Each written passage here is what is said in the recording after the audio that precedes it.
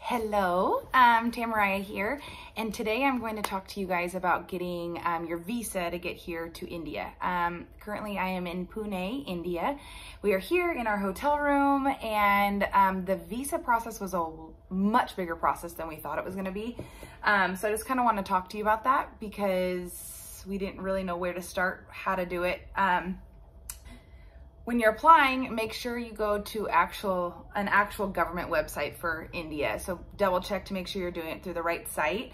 And obviously the e-visa is just for electronic travel visa. And so I applied for the e-tourist visa, and it does say it takes 3 to 5 business days to get approved. Do not stress about that time frame. I got approval in 12 hours. My 1-year-old got approval in 8 hours. My husband's was 3 days, and my mother's, that was the stressful one, it took 8 days. But there's lots of holidays here in India, so that's why we're guessing hers took a little bit longer. And that will all come via email, which is really nice and convenient. So you just have to apply online. When you're applying online, make sure you just pick the correct visa. Like there was, I think, a 60-day, a 1-year, or a 5-year multi-entrance, because we just didn't know when or how many times we'd be coming back and forth. So I just did the 1 year until we figure out, my husband has to get his worker's visa.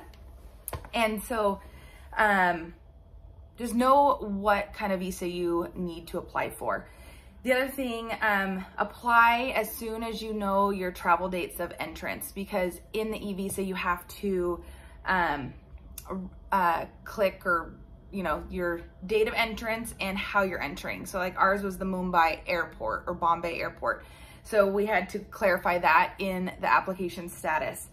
The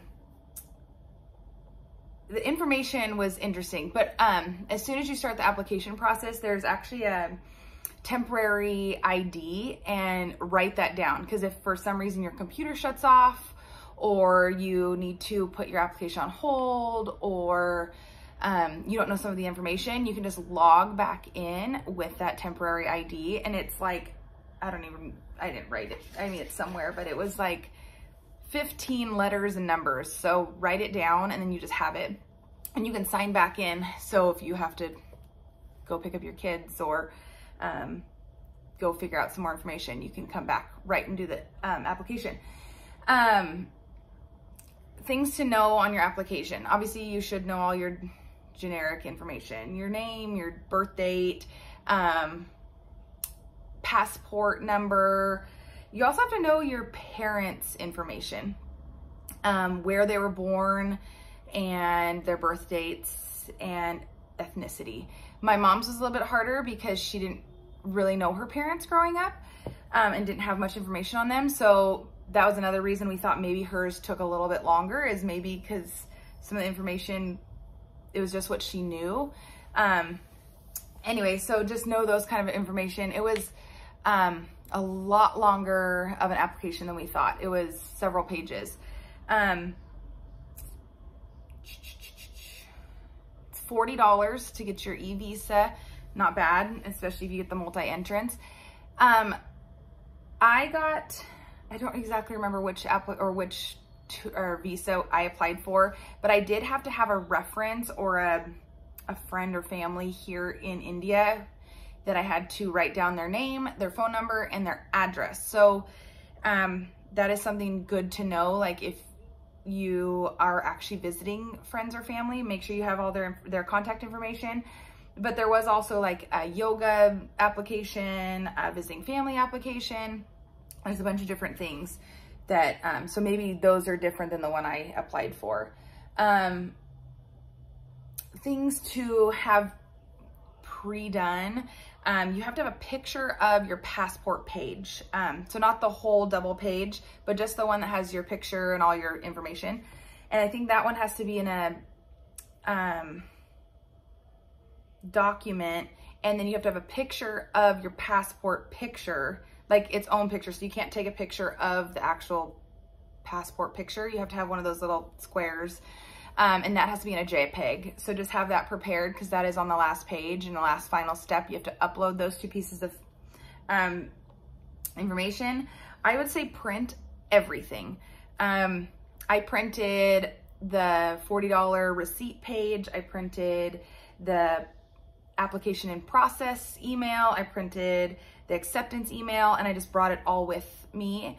The second time though I entered India, after my visa page was, the e-visa was stamped into my passport. They didn't actually check my paperwork again, but I just didn't want any reason for them to deny me entrance. So I brought all of that.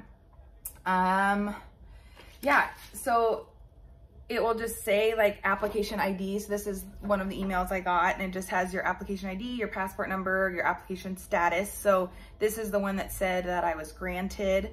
It has my nationality, my visa type, just a ton of information. It tells me when I got my e-visa, when it expires.